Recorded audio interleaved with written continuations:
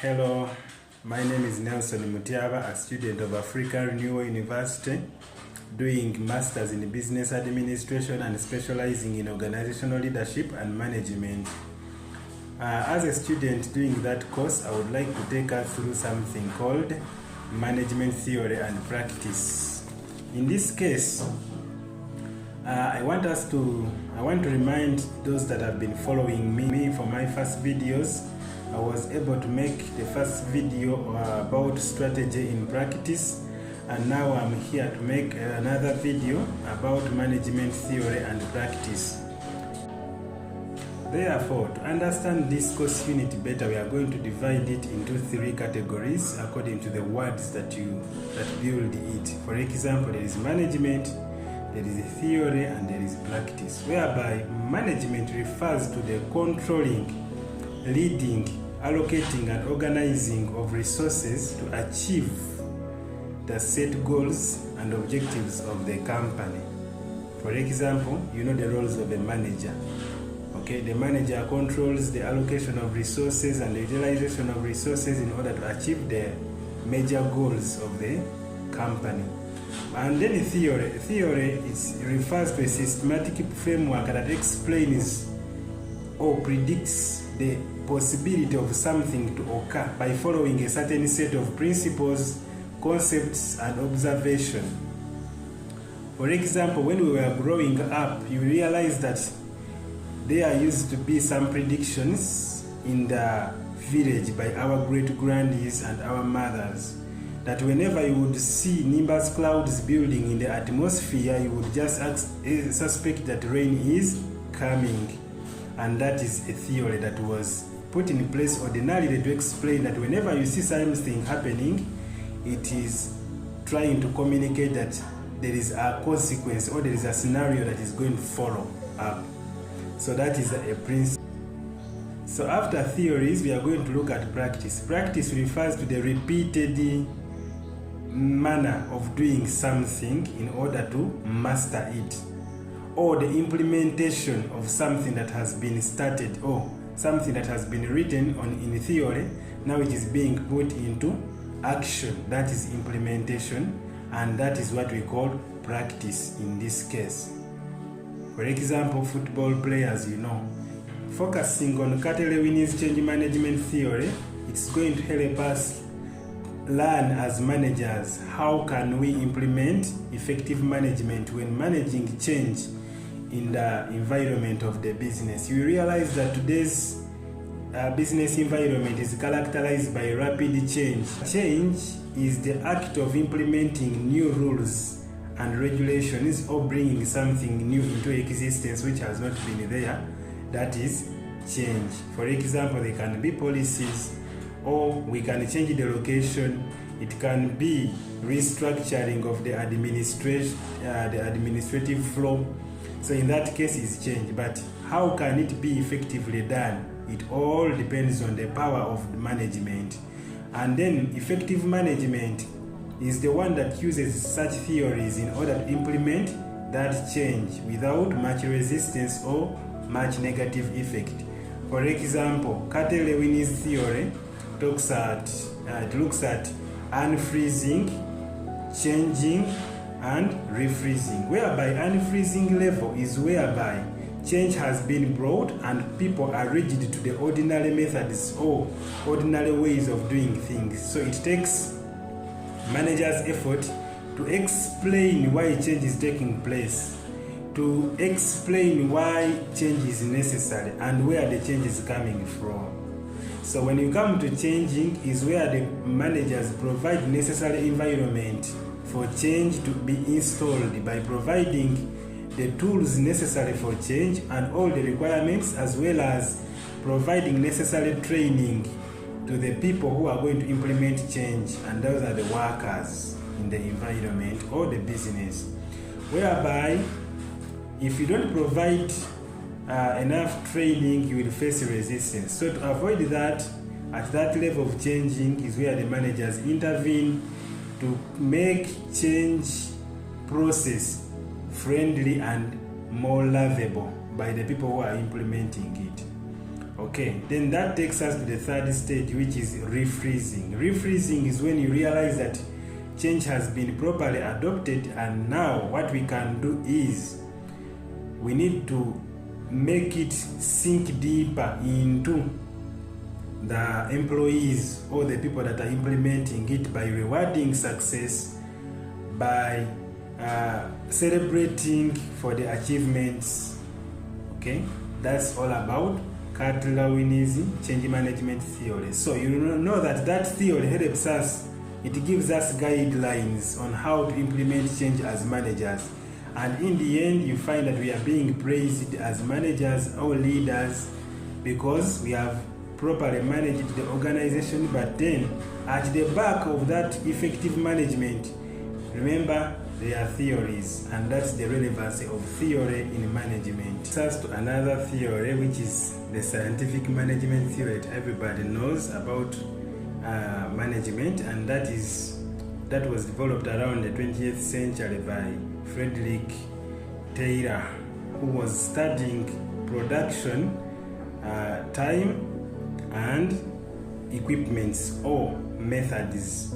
So this gentleman looked at methods, like what is the best way of man, what is the best way a man can use in order to produce or to achieve a higher rate of production, to avoid being underutilized or being overexploited.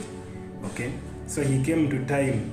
How can man maximize time at workplace and produce things at a desirable rate and achieve the organizational set goals? So Taylor went ahead and looked at the responsibilities. Okay, that a man, in order people to work properly at work, there had to be a clear line or a boundary between the managers and the subordinates, whereby the manager's responsibility was to monitor the subordinates to make sure that they achieve the output as set, such that they can achieve organizational goals. And that's where the performance appraisals have always originated from. Okay, and even workplace reports that we always do, they are called performance reports. Most of them are done monthly, weekly, but all of those based on theories. What is the major aim for all that?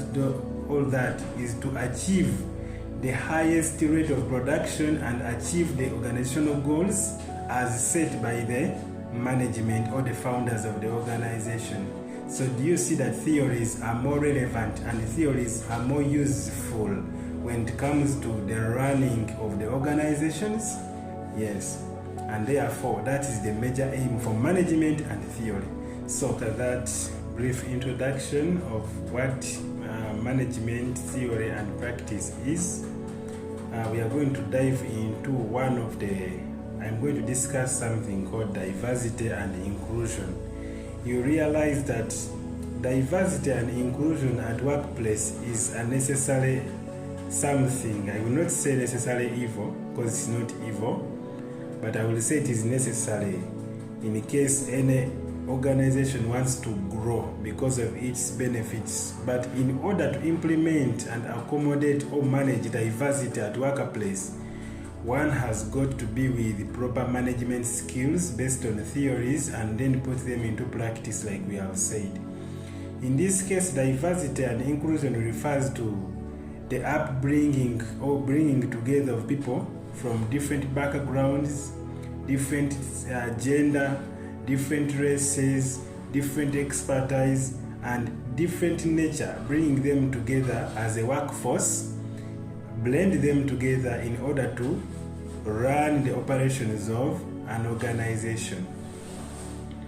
In this case, you will realize that there are some challenges associated with diversity as well as the benefits. But then, all together, you realize that diversity is where a nigger comes together on the same table and has to share requirements, has to share the resources and work together to produce one item, but working with a pastor, a thief working with a born again. So you find that A lame person is working with a physically fit person. A lady is working with a man. So you find that that is diversity. Whites are working with blacks to all together to create a balanced diet in the workforce. Now, this comes with importances. For example, the first advantage of diversity is production or increased productivity. Yes, when people come together with different perspectives, they join talents and knowledge.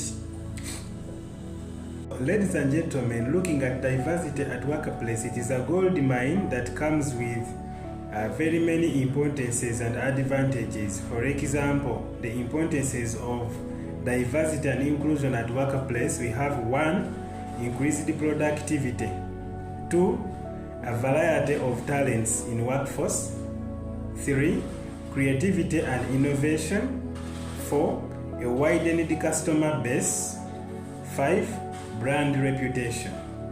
So, looking at this together, let's begin with the first one, which was increased productivity. When you have very many people coming from different backgrounds and different setup, at least you will have this strong muscular man being advised by a skilled small man, and together it will be a combination of muscles and strength plus the knowledge and skills which will make the work efficiently done. So you can't afford to miss out increased productivity that comes with diversity in your workplace. So the second one is creativity and innovation. You realize that different people come from different backgrounds and hence have different experiences and different exposures. So the creativity bit comes in that people think differently so they can come up with new ideas into existence. Remember, creativity is it refers to the act of bringing something into existence, something new into existence, or it can be an idea, a product design, or a product, or even a service. So through diversity and inclusion, you realize that people come up with different ideas that leads to the birth of new products and services at workplace in the organization. So we have another one, which is a widened customer base. So when you have different people from different races, you realize that many people will start buying goods of your company or enjoying the services of your company simply because they have their brothers and sisters working with your company. So somebody might be attracted at the presence of his brother or a sister in your company, or at the presence of the person with a certain sex in your company, and hence enjoying a widened customer base. So the last one, which is number 5, it is brand reputation. Whenever there is inclusion and diversity at workplace, that company is favored in the eyes of very many people. For example, because it is viewed as a company that doesn't discriminate people. So in this case, it will be loved by people of different nature, whether the lame or the mute, because the company has included them and has considered them as also important in the company.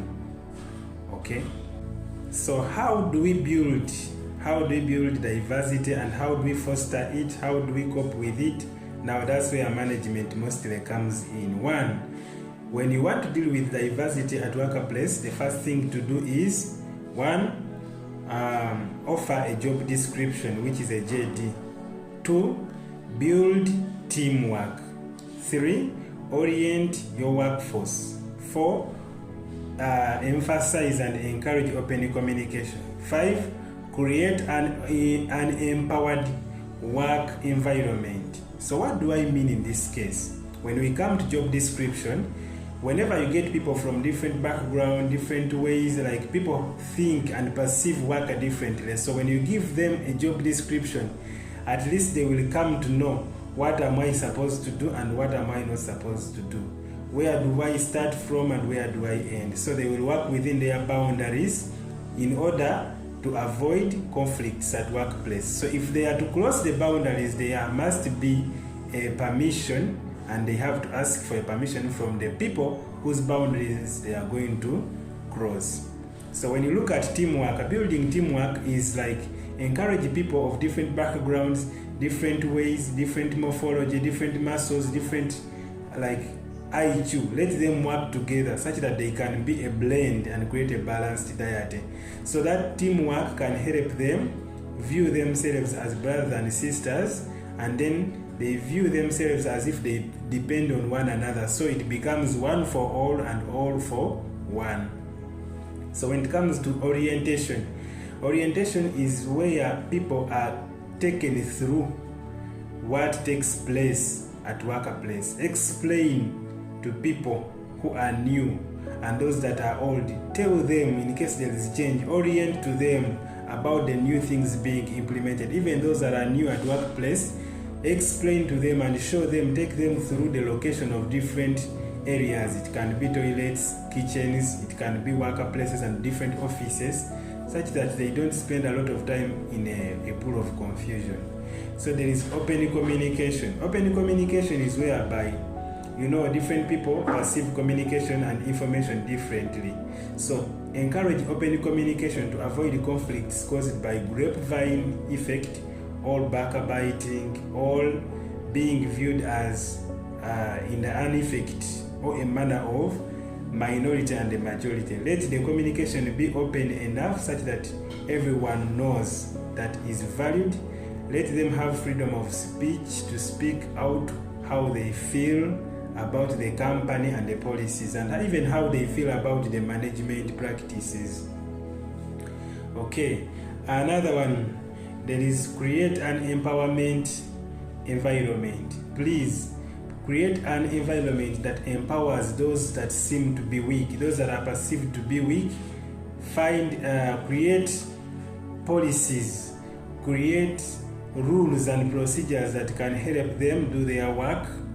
For example, those that seem to have outdated skills can be given an opportunity to train and develop their skills. And then those that seem not to be knowing something can be taken. However, there are disadvantages of diversity at workplace. So however much it is a gold mine, but this gold mine has also the other negative side of it. One is discrimination at workplace. You will find that very many people end up forming different categories, or they are called social groups that fight one another at workplace. Maybe those that are physically fit start underlooking at those who are lame or have a special need. Okay. Second, there is conflict at workplace. When there is diversity at workplace, just expect a lot of conflicts, and that's the work of a manager to fight all those negative sides of diversity at workplace. For example, conflicts comes in for a case where there are people of different background, different races coming together, perceiving things differently.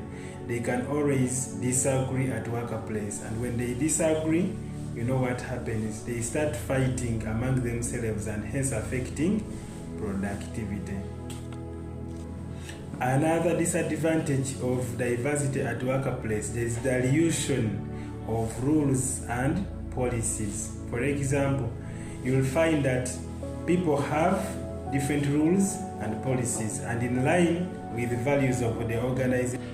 So dilution comes in, it becomes evident, most especially in Christian organizations like schools, whereby you have to allow Muslims come in. But these Muslims come in with their faith, and which faith has different practices that are not in line with Christian ethics. For example, imagine having a staff who is a Muslim at a workforce, but this man, remember the Bible says marry one wife, but this gentleman, their Quran or their faith says they should marry 4. Now you see, now if you try to fight him, that's discrimination and abuse of faith and disrespect of the faith or the rights. So that means there is dilution in a way of allowing people live together in a harmonious environment. But still, having said all that, thank you for listening. God bless you so much. I love you all.